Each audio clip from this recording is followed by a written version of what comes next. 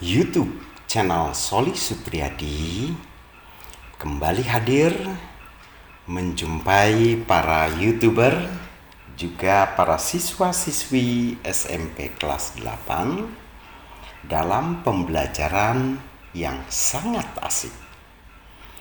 Mari kita sama-sama belajar dalam YouTube channel kami.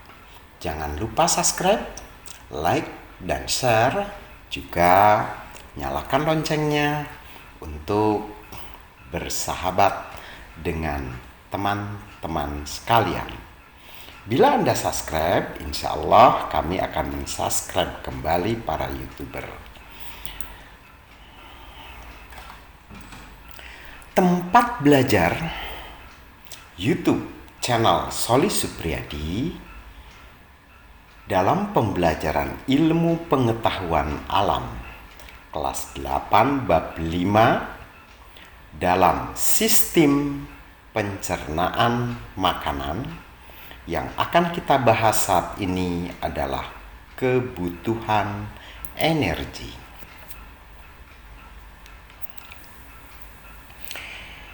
Energi bahasa yang tidak asing bagi kita. Karena energi salah satu kebutuhan kita sehari-hari.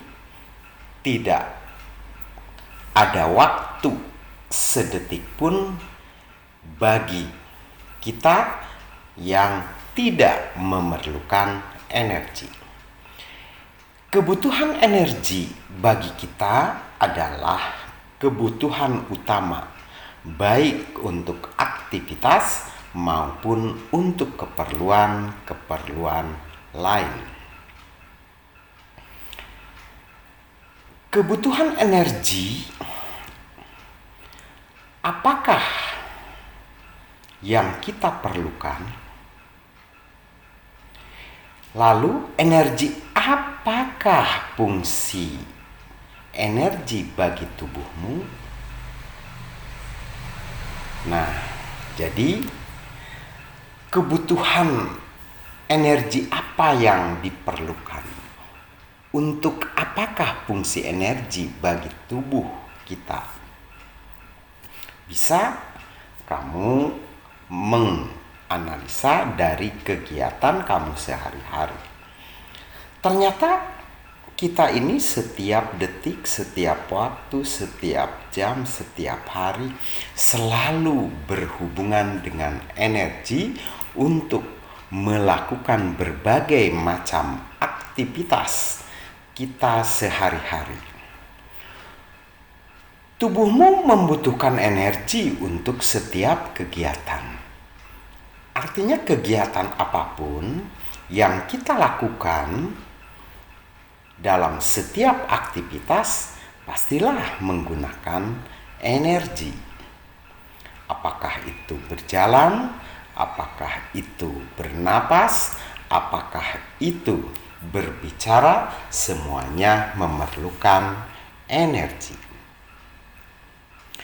Fungsi energi dalam tubuh diantaranya untuk berolahraga.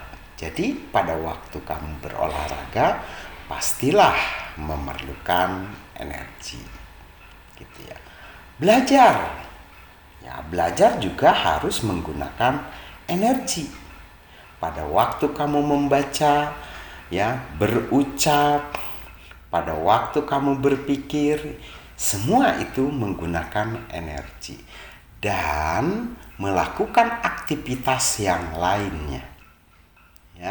Aktivitas lainnya seperti gerakan jantung, gerakan paru-paru, itu semuanya adalah memerlukan energi. Manusia membutuhkan makanan sebagai sumber energi. Nah, jadi kita ini karena membutuhkan energi, maka kita harus makan. Karena energi yang terdapat pada tubuh kita itu bersumber dari makanan yang kita makan setiap hari.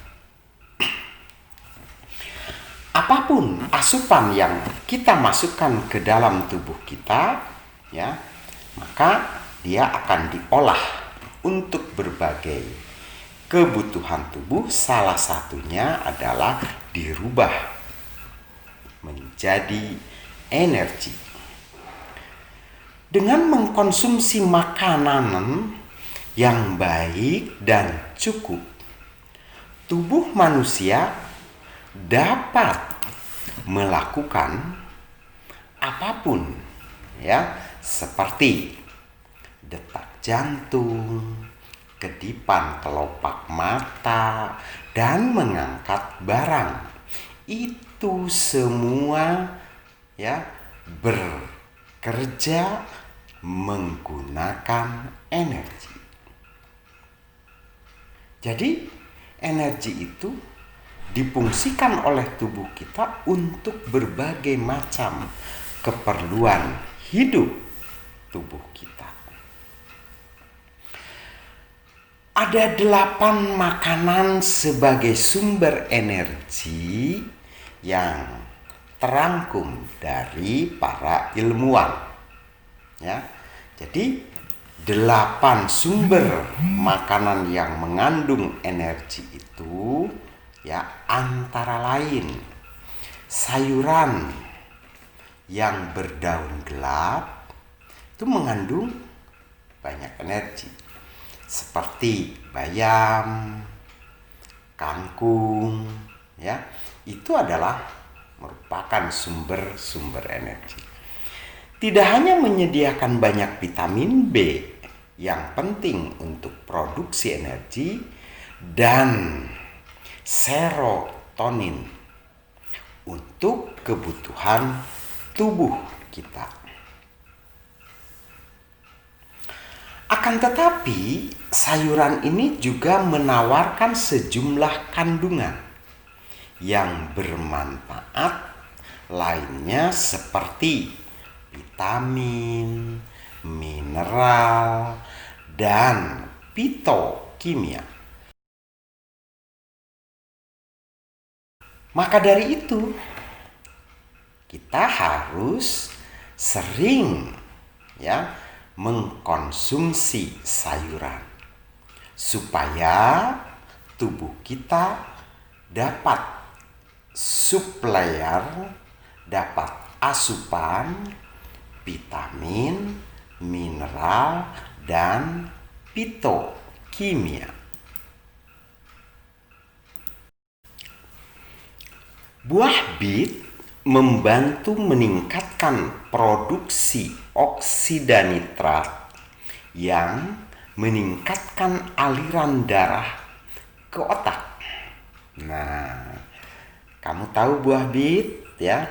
Nah, buah ini adalah sangat bermanfaat bagi tubuh kita karena mampu meningkatkan produksi oksida nitrat, di mana oksida nitrat ini sangat berguna untuk meningkatkan aliran darah ke pusat otak kita. Itu memerlukan, ya, aliran darah.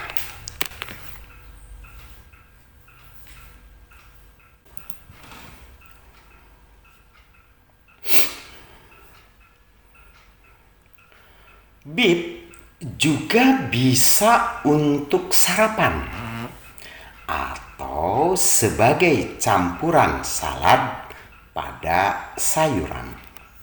Nah, itu manfaat dari buah bit, ya. Nah, jadi banyak manfaat dari buah bit tersebut. Selanjutnya, buah apel mengandung serat yang tinggi dan kadar gula yang lebih moderat daripada buah-buahan lainnya. Nah, jadi buah apel itu mengandung kadar gula ya yang bermanfaat untuk produktivitas energi dalam tubuh kita. Buah apel juga menghasilkan pelepasan energi yang lebih seimbang.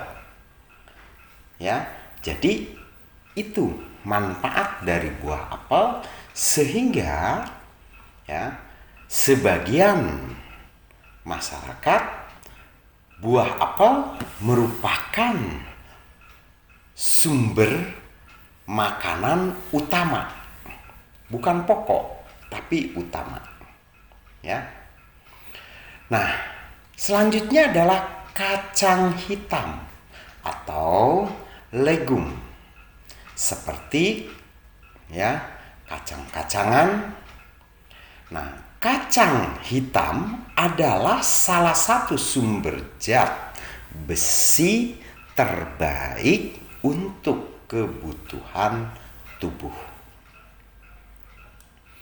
Jadi pada kacang hitam yang banyak mengandung sumber zat besi, kita juga tubuh memerlukan zat besi untuk ya memperkuat ketahanan tulang. Jadi tulang itu memerlukan zat besi. Maka kita harus banyak mengkonsumsi makanan yang mengandung zat besi, di antaranya adalah kacang hitam. Sebagai komponen hemoglobin dalam darah, zat besi adalah pembawa oksigen. Ya, pembawa oksigen yang utama dalam tubuh. Nah, jadi yang mengangkut oksigen pada darah itu karena pada darah terdapat zat besi yang terkandung pada komponen hemoglobin. Kalian mengenal biji labu yang suka dibuat untuk makanan cemilan, yaitu kuaci. Biji labu atau jenis biji apapun dalam hal ini tidak boleh dianggap remeh secara nutrisi. Ternyata biji labu ini banyak sekali mengandung nutrisi untuk kebutuhan tubuh. Biji labu dan bunga matahari yang sempurna mampu untuk meningkatkan energi. Ya, jadi ingat, biji labu dan bunga matahari itu ternyata memiliki kemampuan untuk meningkatkan energi pada tubuh kita. Selanjutnya, kalian mengenal gandum ya, seperti yang saya tampilkan pada gambar. Nah, ini gandum ya. Nah, gandum ini merupakan bahan dasar untuk membuat roti, yaitu roti gandum dan oat.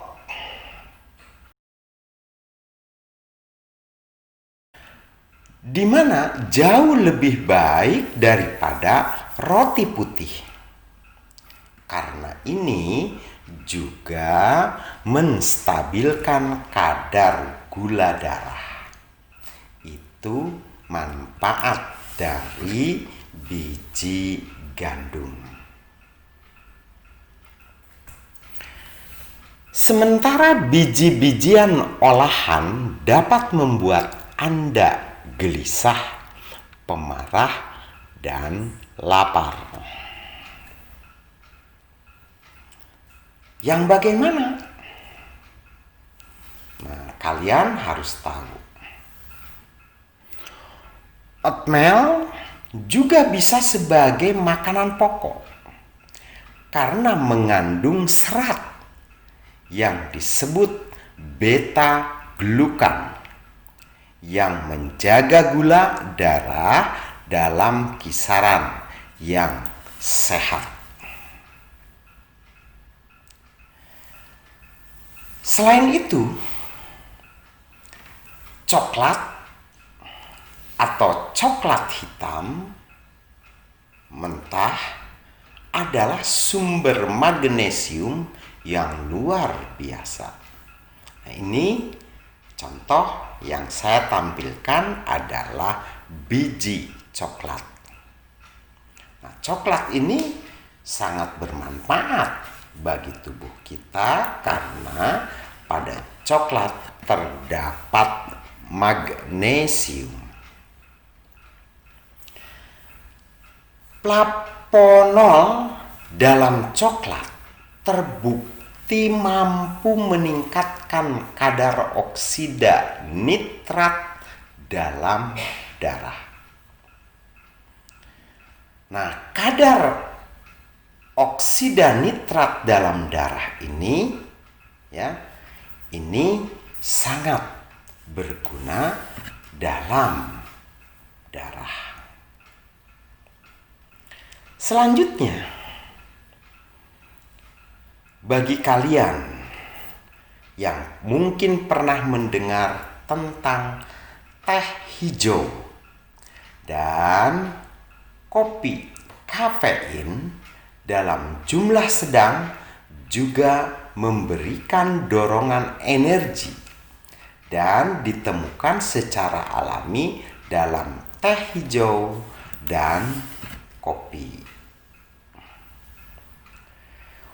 Untuk penderita alergi yang mengalami perasaan lelah,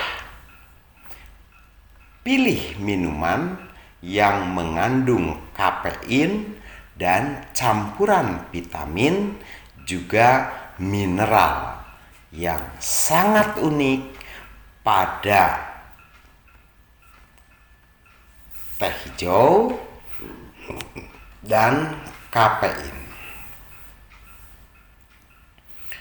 Tubuhmu juga menggunakan energi untuk mempertahankan suhu tubuh normal, di mana suhu kita berkisar antara 30 derajat Celcius. Nah, energi ini berasal dari makanan yang kamu makan setiap hari. Jadi adanya energi pada tubuh itu sekali lagi berasal dari makanan yang kita makan setiap hari. Jumlah energi yang dibutuhkan oleh tubuh untuk beraktivitas diukur dalam satuan kalori.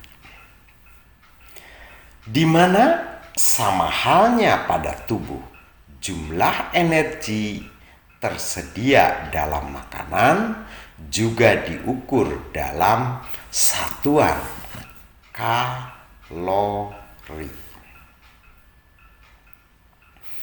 1 kalori atau disingkat dengan kal menunjukkan jumlah panas yang dibutuhkan untuk menaikkan 1 derajat Celcius suhu dari 1 gram air.